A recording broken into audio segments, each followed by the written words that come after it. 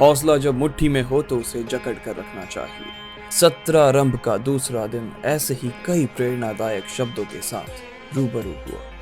17 आरंभ के दूसरे दिन की सबसे पहले रौनक बढ़ाई वरिष्ठ पत्रकार और आउटलुक के पूर्व संपादक पद्मश्री आलोक मेहता जी ने, जिन्होंने पत्रकारिता के लक्ष्मण रेखा पर बात की।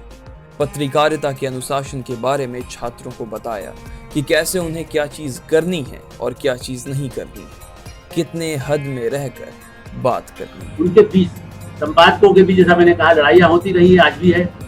दोनों पक्षों से यदि आपके संबंध कटुतापूर्ण नहीं है तो आपको दोनों पक्ष पता रहेंगे।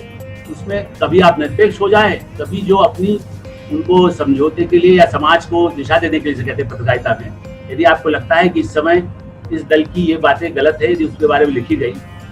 इस संदर्भ में 2 उदाहरण और दूंगा। भानु प्रताप शुक्ल जी, इस समय भाजपा का ही दौर है। लोग, जैसा इन्होंने कहा कि मेरी आलोचना होती है, सुरेश जी ने बिल्कुल सही कहा, मुझे दोनों पक्ष के लोग कई बार नाराज होता ही कि भानु प्रताप जी से हमने बहुत सीखा, एक तरह से लेखन से, पढ़ने से। मेरा सौभाग्य रहा कि उनके संपर्क में भी रहा मैं, सच्चिदानंद मिश्र जी की वजह से।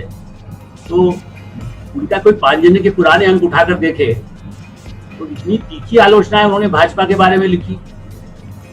आज मैं या सुरेश जी लिखे तो लोग कहेंगे, अरे क्या हो गया इनको, ये भाजपा सरकार है, जैसे लिख दिया इन्होंने, क्या कर दिया, ये बदल गए, ये चले गए कहीं। हर क्षेत्र में अगर अवसर होते हैं तो उसके साथ साथ चुनौतियां भी आती हैं, जिसके बारे में बड़े रोचक ढंग से रिलायंस इंडस्ट्रीज एंड मीडिया के अध्यक्ष और मीडिया निरीक्षक श्री उमेश उपाध्याय जी ने बताया और समझाया मीडिया में कैसे आपको अवसर की तलाश में रहना चाहिए, लेकिन उसके साथ साथ आ रही चुनौतियों के लिए भी आपको तैयार रहना चाहिए, ताकि आपको अचानक से ठेस ना लग जाए और आप संभल ना पाए। इनको एक ही तराजू में तोलते हैं, वो सोचते हैं दोनों, जब मैं डिजिटल जानता हूं, मैं सोशल जानता हूं। आपकी जानकारी के लिए डिजिटल बिल्कुल अलग है, सोशल बिल्कुल अलग है। इसलिए ये भेद करना बहुत आवश्यक है। डिजिटल क्या है? वैसे तो मोटे मोटे तौर पर जो भी इंटरनेट के माध्यम से होता है, दूर से होता है, उसको हम मोटे मोटे तौर पर डिजिटल कह देते हैं। लेकिन जब हम न्यूज और मीडिया के प्लेटफॉर्म्स की तरफ आते हैं तो डिजिटल प्लेटफॉर्म्स बिल्कुल अलग हैं और सोशल प्लेटफॉर्म्स बिल्कुल अलग हैं। और पत्रकारिता का दौर बदल रहा है, मगर क्या ये बदलाव हमारे आने वाली पीढ़ी के पत्रकारों के लिए अच्छा है? इस विषय पर बड़े गंभीर तरीके से डीडी न्यूज के वरिष्ठ सलाहकार संपादक श्री अशोक श्रीवास्तव जी ने बात की। पॉलिटिकल डिबेट्स की शुरुआत थी, वो एक अच्छी शुरुआत थी, क्योंकि उल्टी सीधी खबरें या सांप और बिच्छू की लड़ाई और स्वर्ग की सीढ़ी और इन सबको देखने से अच्छा है कि आप एक पॉलिटिकल डिबेट देखें। लेकिन ये बात बिल्कुल पीयूष जी जैसा आपने कहा ठीक कहा कि जो टीवी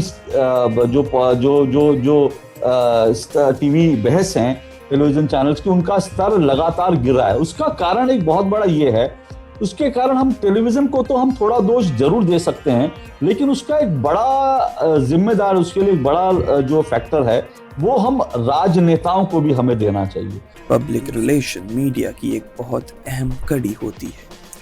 इस कड़ी को बड़े अच्छे ढंग से समझाया ग्रे मैट्रिक्स कम्युनिकेशन के संस्थापक एवं निर्देशक श्री नवनीत आनंद जी ने, जिन्होंने बताया कि कैसे कोविड के बाद पब्लिक रिलेशन प्रोफेशनल्स की जरूरत ज्यादा पड़ने वाली है।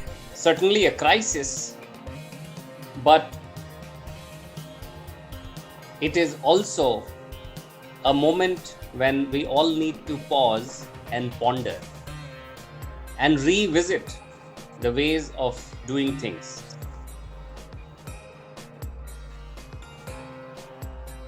And just a chance that I'm sitting today on the other side of the table. Not very long ago, दूसरे दिन विभिन्न सत्रों में निर्देशक production professor Ashish Joshi, doctor Pawan Singh Malik, doctor मीता उज्जैन, कुल सचिव डॉक्टर अविनाश वाजपेयी जी के समन्वयन में अनेक विषयों पर चर्चा हुई।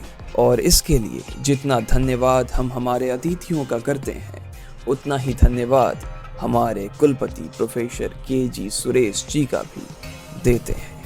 हम आशा करते हैं कि सत्रारंभ का दूसरा दिन छात्रों के आने वाले जीवन को प्रेरणादायक बनाएगा।